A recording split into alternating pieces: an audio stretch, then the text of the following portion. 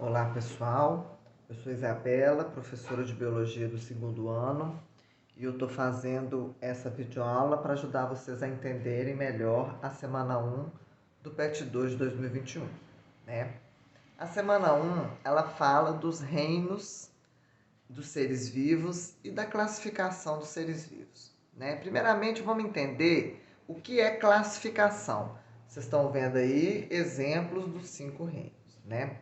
Classificação nada mais é que um agrupamento dos seres vivos em grupos de acordo com as suas características, né? Então, observou-se características dos seres vivos e aqueles seres vivos que tinham características semelhantes, parecidas, né? Eles eram agrupados no mesmo grupo, né? Com isso, desenvolveu vários taxonomias, né, vários agrupamentos, várias classificações que foram se modificando ao longo do tempo, né? Antigamente eles falavam que fungo era planta, por quê? Porque era parecido, dava na terra. Hoje se sabe que o fungo não faz fotossíntese, não produz o próprio alimento, assim como as plantas fazem. Então eles já não fazem parte mais do grupo das plantas, né?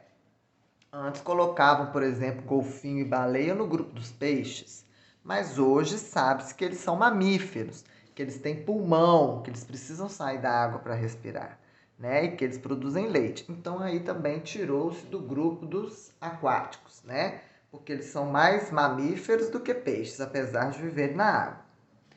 Então, como que se dá hoje essa classificação? Tem-se 5 reinos, né? Todos os seres vivos entram nestes 5 reinos, menos os vírus. Os vírus não entram em grupo nenhum, né? Porque os vírus, eles têm material genético, assim como todo ser vivo, mas eles têm outras características que nenhum ser vivo tem. Exemplo, eles não são formados por células, né? Todo ser vivo é formado por células. O vírus não tem célula, então ele é um ser à parte, né?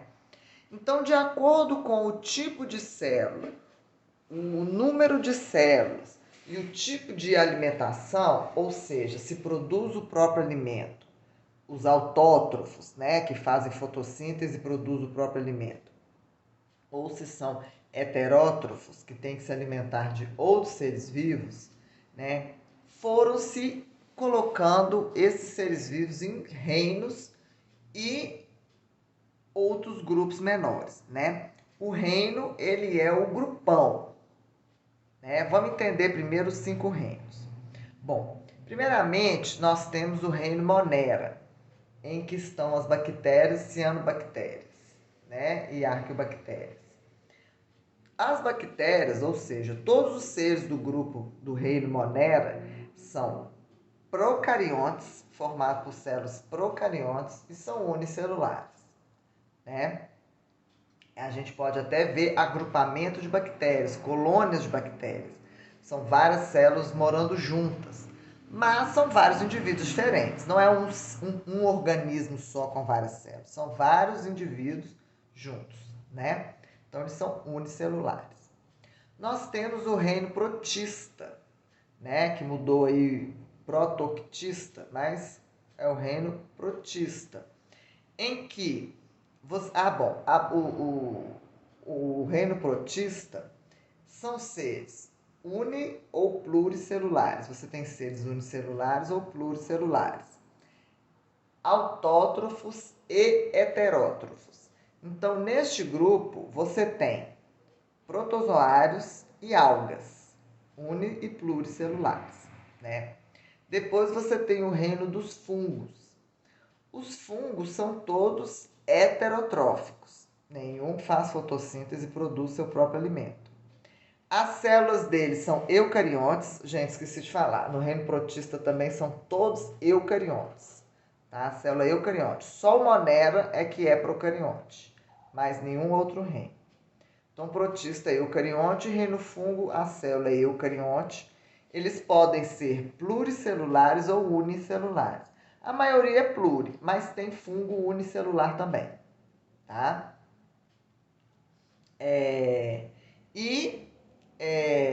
Muitos deles são decompositores, né? O reino das plantas são seres eucariontes, pluricelulares e autótrofos, né? Porque as algas unicelulares estão no reino dos protistas. E o reino animal, né? Ou metazoa,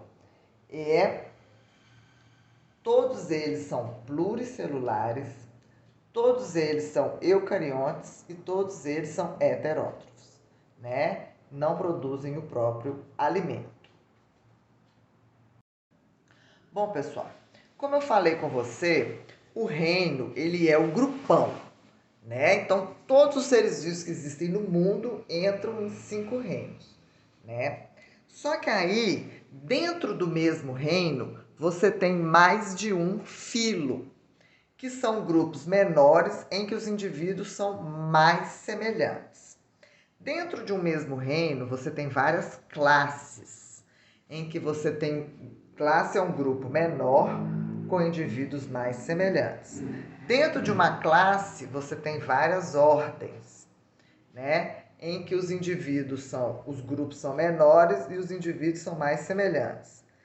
Dentro do mesma ordem, você tem família, né? Gênero e espécie, né? Vai seguindo a ordem aí. Então, a espécie, ela é o menor grupo de todos, em que os indivíduos são mais semelhantes ainda, né? Bom, eu vou dar um exemplo para ajudar vocês a entenderem melhor isso.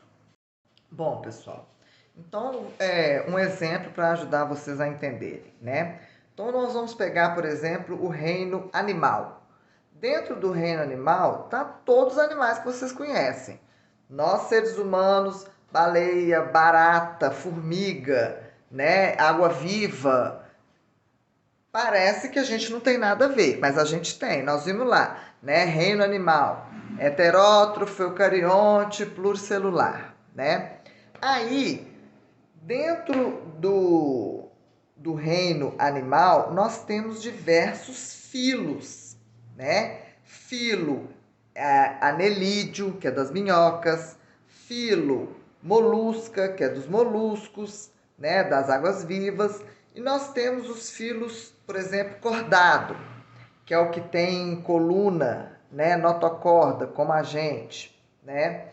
Então, dentro do filo cordado, nós temos várias classes, né? Nós temos a classe dos mamíferos, a classe dos peixes, a classe dos anfíbios, que é do sapo, né? A classe dos répteis, a classe das aves, né? Então, vamos pegar a classe mamífero. Dentro da classe mamífero, nós temos várias ordens, né? Nós temos a ordem dos primatas, que é os macacos e nós. Nós temos a ordem dos roedores, que entra rato, coelho e etc. Nós temos a ordem dos cetáceos, que é baleia, golfinho, né? Entre várias outras, né? Dentro da ordem, por exemplo, dos carnívoros, nós temos também a ordem carnívoro dentro da classe mamífero, né? Nós temos, por exemplo, várias famílias, né? Vamos pegar a ordem carnívora, várias famílias. Nós temos a família felinos, felídeos, que são gatos, tigres, onça, leão, leopardo.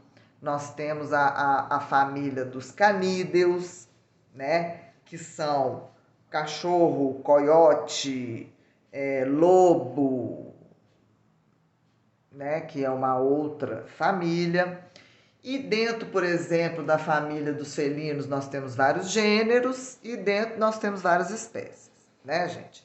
E aí, quando a gente chega em espécie, nós temos os seres vivos mais semelhantes. O que define que 2 seres vivos são da mesma espécie?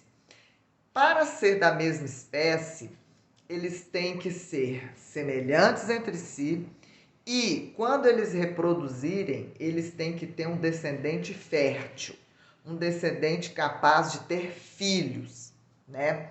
Duas espécies muito semelhantes podem reproduzir? Podem, mas não vai ter indivíduos férteis. Exemplo, um cavalo e um jumento.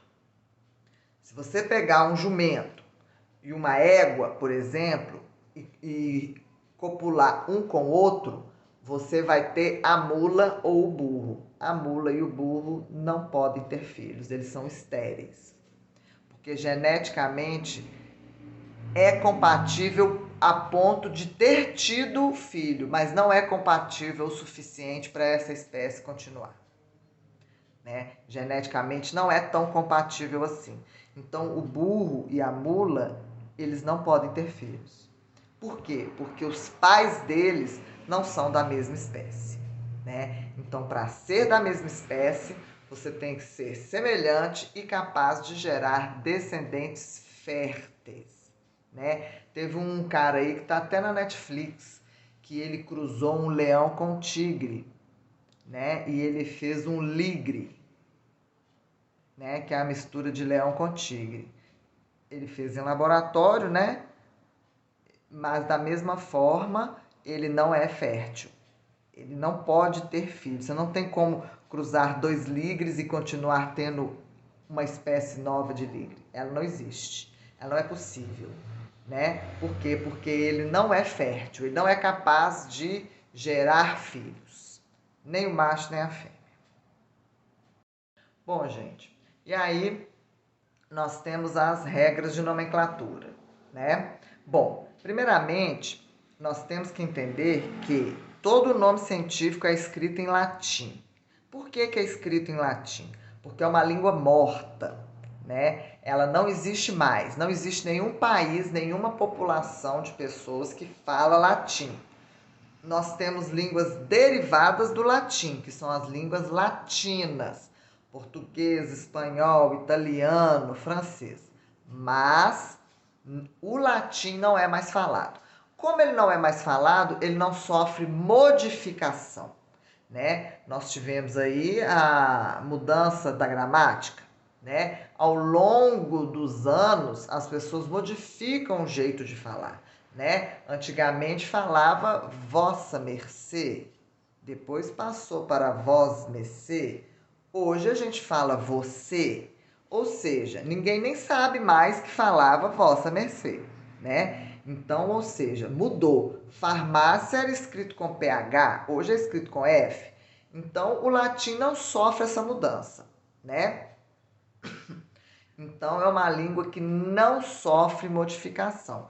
Com isso, os nomes científicos não sofrem modificação, né? E isso é universal. Se você chegar na China e falar cachorro, ninguém entende, né? Mas se você falar cães familiares, todo mundo que conhece o nome científico vai saber que você está falando do cachorro doméstico, né? Canis lupus é o lobo, em qualquer lugar do mundo, né? Bom, então essas aqui que nós estamos vendo são as regras de nomenclatura. Primeiramente, latim, tá? O nome da espécie é binominal, tem duas palavras. A primeira palavra se refere ao gênero e é escrita com letra maiúscula. Então, canis lupus, lobo, canis familiares, todos dois, que é o cachorro doméstico, todos dois começam com canis, porque todos dois pertencem ao gênero canis. Eles não são da mesma espécie, mas estão do mesmo gênero, né? E a primeira letra do nome é maiúscula. A segunda palavra da espécie é escrita com letra minúscula, né? Então, a espécie, ela tem duas palavras, gênero e o termo específico, maiúsculo e minúsculo. E o nome, ele tem que ser destacado, né? Pode ser grifado embaixo. Então, nós temos aí o exemplo de Homo sapiens, né? Homo, o H está maiúsculo e sapiens está totalmente minúsculo. Então, o nome da espécie, ele é binominal, tem duas palavras. A primeira se refere ao gênero, começa com letra maiúscula. A segunda é o termo específico e LE com letra minúscula, tá? Bom, pessoal, espero ter ajudado vocês a entenderem, né? E a fazer as atividades do PET. Qualquer dúvida pode me perguntar, que eu estarei à disposição. Um abraço.